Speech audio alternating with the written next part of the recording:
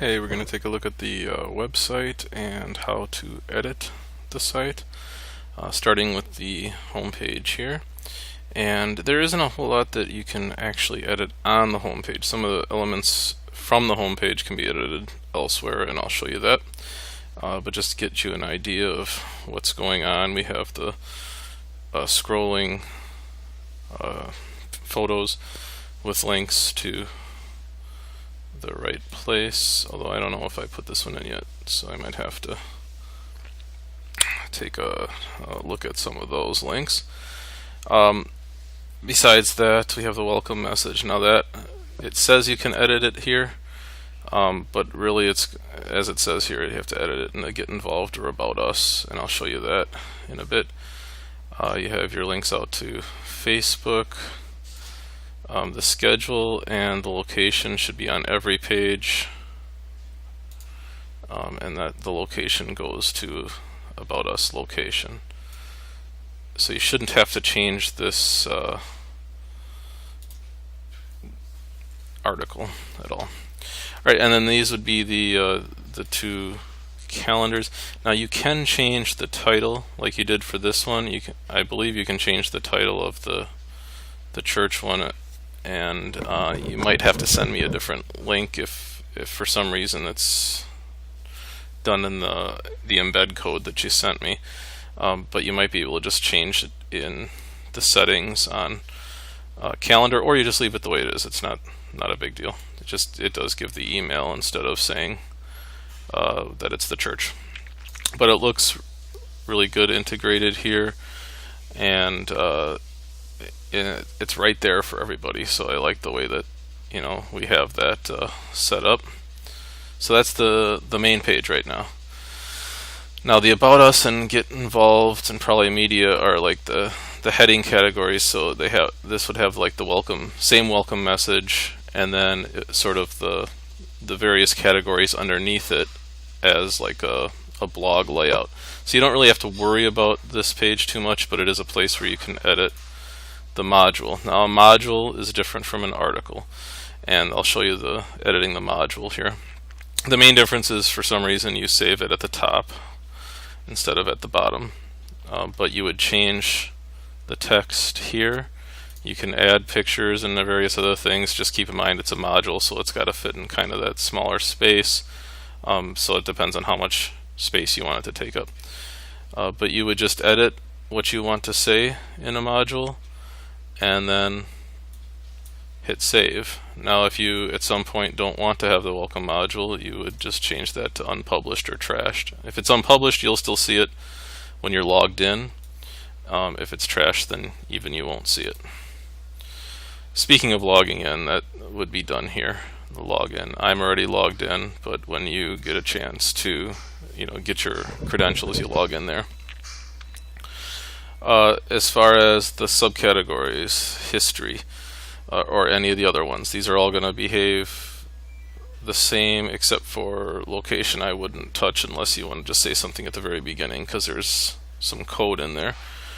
But you would just go to, once you're logged in, you go to the article, which is history is the article, go to edit, and now you type whatever it is that you want, and add images, which would be done this way. So you can add it, let's say, an image before.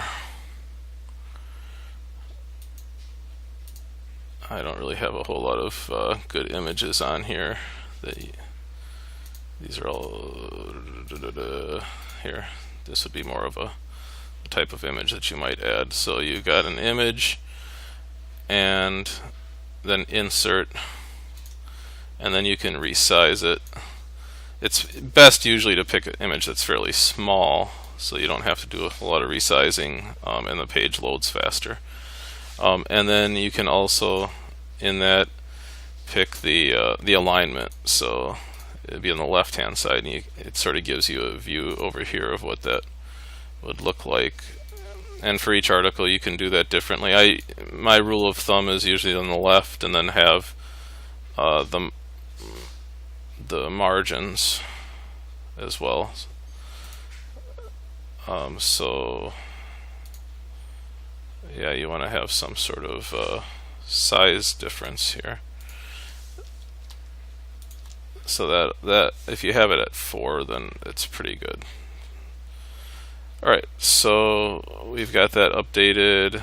We've got the history. You can keep typing, and then eventually it would surround sort of the image and then drop down to this part here. So you can also do that as a percentage instead of a size.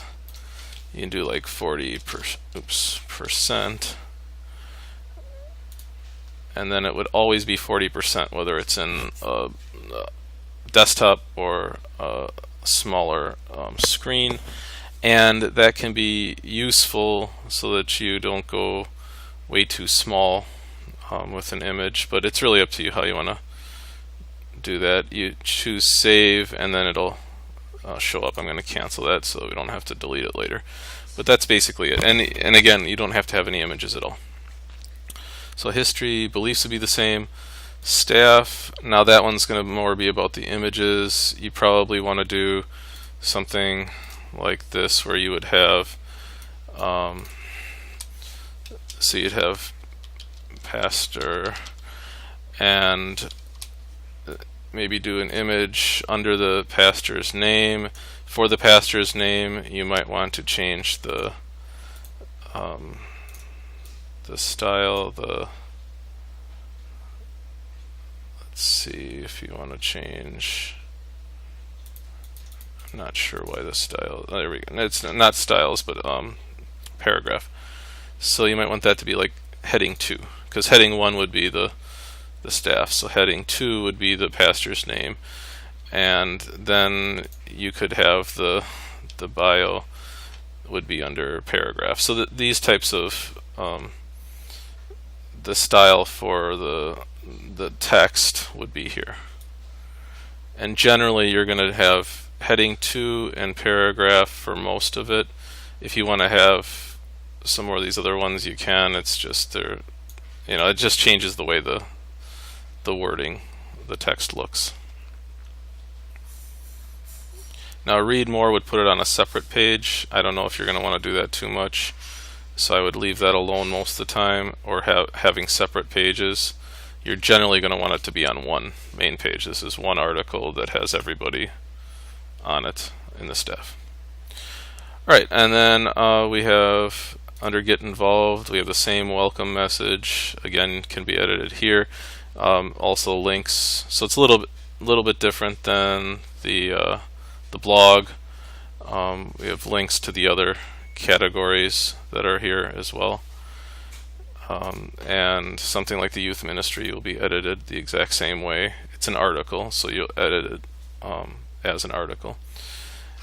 And same with those other ones. The only one that's different is the church calendar, which I put in as, this might be an article, but this is a module, I believe. Or no, actually it is part of the article. But you shouldn't have to edit this at all. I just have a little description, and then there's the calendar. Alright, so then media. Again, the media will show the monthly newsletters and announcements. And then the sermons at the sermons and announcements at the bottom. Now announcements is, I created a separate subcategory, and it's not a big deal, but the main media page will sort of just show everything that's under it. Sermons, now this is set up a little bit differently. You have the new button. So basically you have an article that shows the latest sermon, and then if you want to put a new one in, you hit the new button and it creates a new article. So you have the new article. You can copy and paste the entire sermon. You can use the code from YouTube, which I show you in that other article, how to do that. And if you're going to use code from YouTube, you hit the code button and then you paste the code here, and then it'll show up under the editor. So this is a what you see is what you get editor.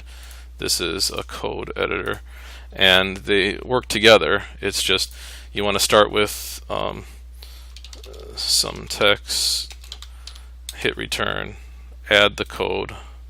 So it'll look like that. You add the code at the end, and then once the code is in there, you hit save, and then it'll be the newest article. So it'll show up on top. So that one would be up on top here, and this will show the latest 10. The newsletters and announcements. Now I know you didn't ask for an actual news or updates section, but what I did is I sort of just added that at the bottom, which I thought was kind of a cool way of having it available but not necessary. So right now we have the folder for the newsletters and announcements right here, so that will link out to the Google Drive folder that you have made public, and then anything that's in there. Now if you want to have past newsletters, then you just have to rename these. If you just want to use one newsletter file over and over again, then you just change the text within that newsletter file and it's always there, which is fine, and actually it's kind of a cool way of doing it. It's live, it's updated, but it's also no archive, so it's kind of up to you that way. I also added the same sort of setup for sermons down at the bottom of this, so that you can have announcements here on the page. Now the functionality of this, the main reason for the functionality of this, is to have the search engines find you, and they'll be finding the sermons. We'll put the stats, or not the stats, but the I can't think of the name for it, but Google will be able to find what you have on the website. All right, so that's the point. And each week or each day, Google will sort of search the website to see if there's anything new. If there's not anything new, even if you put a new newsletter up here, Google's not going to see it as new content. So basically, you want to have something new here once in a while, and I sort of explain that under the testing announcements article. And once there's 5, they drop to the end, and you don't see them anymore, but don't delete them unless there's a good reason to delete them, because Google will keep seeing that there's content. It'll be searchable. Use the name of your church, the name of your city, the name of streets, whatever it would be, over and over again, so that people will find articles on your website. That's the main point of leaving that there and having it available for you to add some sort of news article. Right, so that's the media category. Again, the login is something that you'll have to do the first time. I think you can save it so it'll remember you. And then we have the early childhood, the preschool. I think, yeah, it's stuff for next month that's on here. But I like the idea of having the full calendar there. The information about the preschool is where you can edit that. So you'll edit this, write your article, and then have it. If it drops down way too far, then we can always have a separate category for the calendar. But I think right now we'll just have the article on top, the calendar below. You do have a little search here. I don't know how much people use search on smaller websites, but it is available. And I think that's it. And remind people that once you have this calendar going, and it looks like you've done quite a bit to it already, that they can add it to their own calendar with this little button. It's just since you have 2, they'll want to add the church one and the preschool one separately, and then they don't have to necessarily check back on the website. Now remember that one of the main points is not having people go out to lots of different places. So if you can have some updated content, and you can have maybe the articles that instead of having everything on Facebook, you say on Facebook, check out what we have on the website.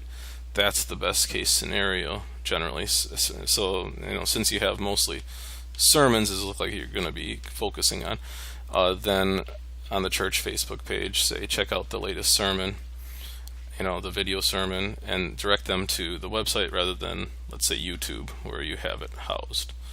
And that's the best practice for keeping people off of Facebook all the time and getting them onto your website as well.